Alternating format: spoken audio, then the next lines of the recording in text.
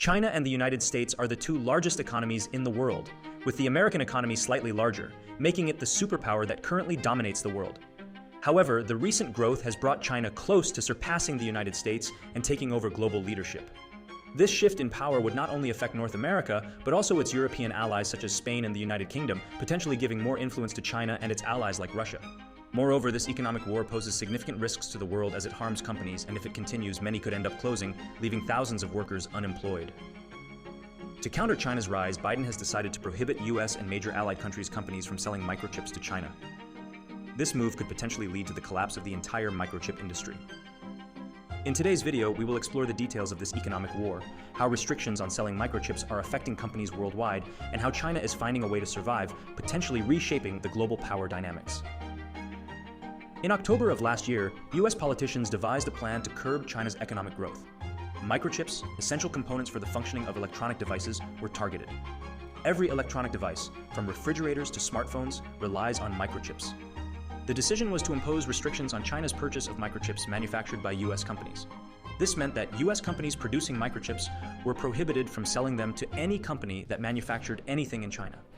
Furthermore, companies outside the US, such as those in Japan or Europe, were also forbidden from selling to China if their products were made with any US origin components. For instance, if a Japanese microchip factory used a machine manufactured in the US to produce chips, they couldn't sell those chips to China. The rationale behind this decision is that China is the largest seller of electronic devices globally, and if it cannot buy microchips, it would have to cease production of many of those products, resulting in billions of dollars in lost sales. This economic war between China and the United States is not new. It started during Donald Trump's presidency. For many years, US factories had moved to China due to lower production costs, leading to the loss of millions of jobs in North America. Trump implemented measures to bring back the factories that had relocated. One approach was promising lower taxes to companies bringing jobs back from China.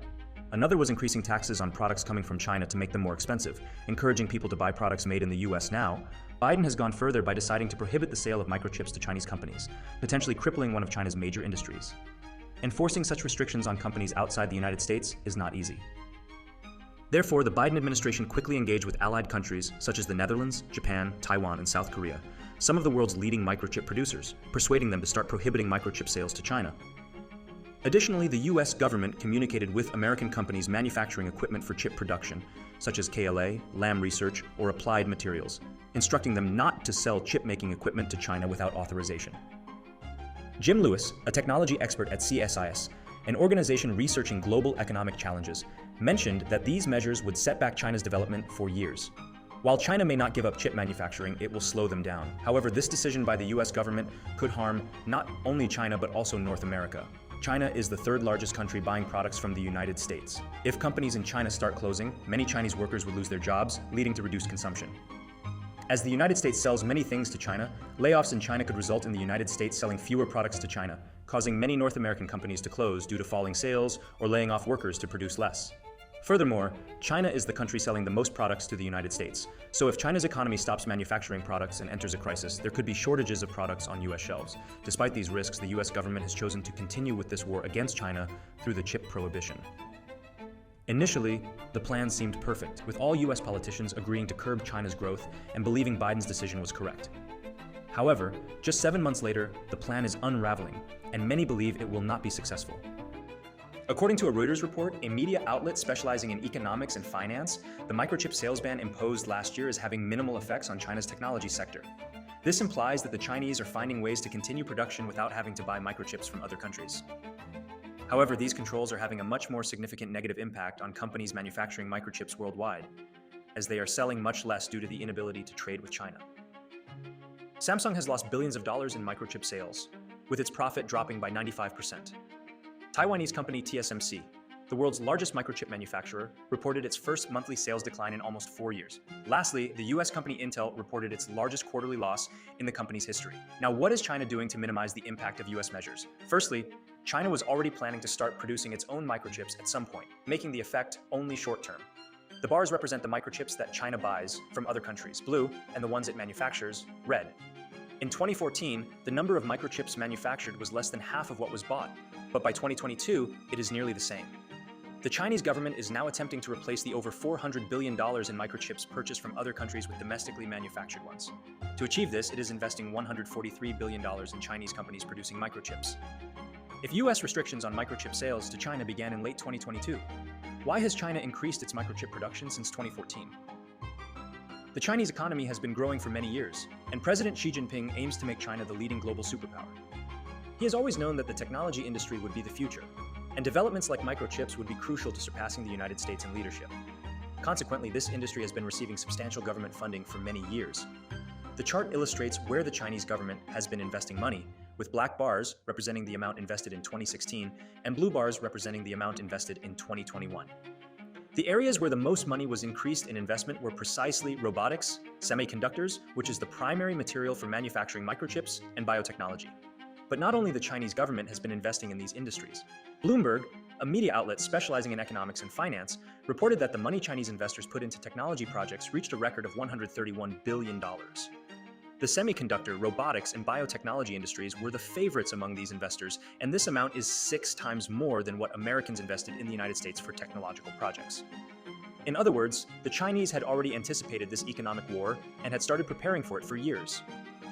When the United States convinced its allies like the Netherlands to ban ASML, one of the world's largest manufacturers of equipment for producing microchips, from selling equipment to China, the Chinese accelerated their plans to produce microchips in their country and stop depending on foreign companies.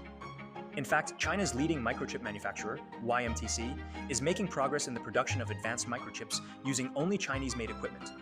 Everything indicates that China will survive these restrictions. But what will happen to companies from other countries that we mentioned earlier, such as Intel or Samsung, which are facing serious problems due to not being able to sell to China? Joe Biden recently met with the president of South Korea, Yoon, in Washington, D.C. Several microchip manufacturers like Samsung hoped that the Biden administration would help compensate for the financial losses they had incurred due to not being able to sell to China. However, that did not happen, and the meeting only discussed the conflict that South Korea has had with North Korea for years. Therefore, facing the lack of support from the United States, companies worldwide are finding different ways to sell microchips to other countries without violating US restrictions. The US company NVIDIA produces 2 of the most widely used microchips for making computers used for artificial intelligence, namely the A100 and the H100. US restrictions prohibit NVIDIA from selling these chips to China, but they are allowed to sell other models such as the A800 and H800, which are slightly less advanced versions that NVIDIA specifically created to sell to China. This is because the prohibition on selling chips to China is limited only to state-of-the-art microchips, and the A800 and H800 are not. NVIDIA is a publicly traded company, and to keep its investors, it must achieve its goal of making money.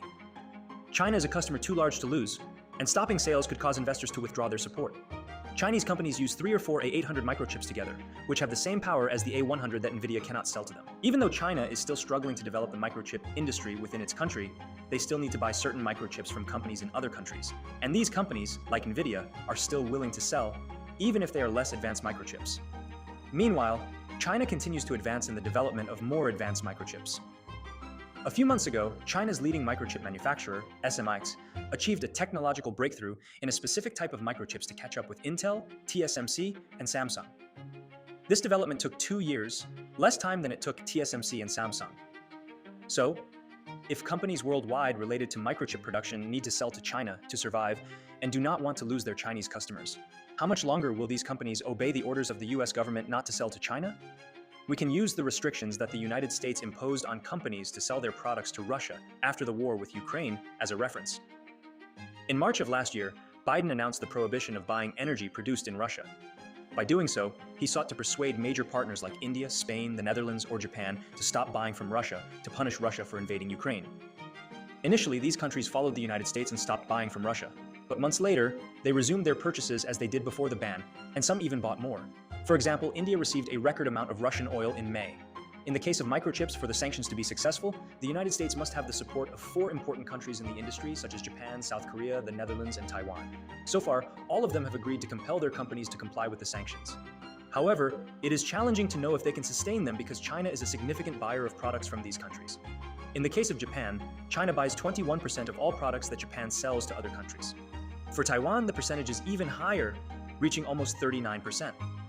For South Korea, it is 26%, and the least affected of the 4 is the Netherlands, where China represents only 2.1% of everything it sells to other countries.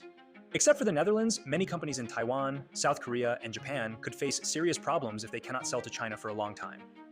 For example, Japan's largest semiconductor company is Tokyo Electron, and 30% of its sales are to China. Can a company lose 30% of its sales? It can do so for a while, but sooner or later it will have to sell to China or end up running out of money or laying off workers to reduce costs. The desperation of these companies could turn against the United States. The ban on companies outside the United States selling microchips to China only applies if they use products manufactured in the United States to produce their microchips, such as a company in Japan that uses a machine made in the United States to manufacture microchips. So these companies in Japan, Taiwan, or South Korea only need to replace the parts they buy from the United States with parts from other countries, such as China, and then they could freely sell their products without any restrictions. This would cause companies in the United States to lose billions of dollars in sales and have to cut costs and lay off workers, as their customers in other countries would stop buying products to be able to sell to China. In fact, John Tu, president of technology at Kingston, a major microchip manufacturer, said that companies like Tokyo Electron could, in the next 5 years, develop semiconductor equipment of the latest generation without using any US technology. Imagine that the United States, which initiated a war over microchips with China with the support of its closest allies to curb its growth, is now betrayed by those same allies who are thinking of stopping buying US technology to continue doing business with China. Stanley Chow, a journalist specialized in trade with China, wrote an article titled, "How Long Can US Allies Support the Ban on Selling Microchips to China Before Giving in which he said that it is possible that the United States may have exaggerated in forcing allies such as Japan and the Netherlands to join the restrictions because it would cost their companies dearly.